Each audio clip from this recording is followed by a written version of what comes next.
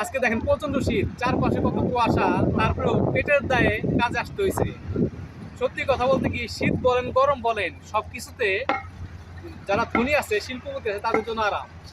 কারণ তাদের শীতও লাগর পায় না, গরমও লাগর পায় না। গরমের দিনে এসি ব্যবহার করে, শীতের দিনে গাড়ি আছে, গাড়িতে করে অফিস যায়। অথবা মনে করেন তাদের তো টাকার সমস্যা নাই, পেটের দায় নাই, ঘরে বসে টাকা পায়, তাদের ব্যাংক ব্যালেন্সের অভাব নাই। যত কষ্টই গরিবের জন্য, তাদের একবেলা কাজ না করলে তারা কষ্ট করে থাকতে হয়, পেটে ভাত জুটে না। তাই শীত বলেন গরম বলেন যত কষ্টই হোক না কেন, বিশেষ করে শীতের দিনটা, এই সময় এই যে মাঠে এসে কাজ করাটা কিন্তু অনেক কষ্টকর। দেখেন লেবাররা কাজ করতেছে, দেখেন কত কষ্ট করে তারা কাজ করতেছে শুধুমাত্র নিজের পেটের জন্য। তাই বলি, আল্লাহ গরিবদের বানাইছে কষ্ট করার জন্য, আর যত আরাম করার জন্য বানাইছে ধনীদের জন্য।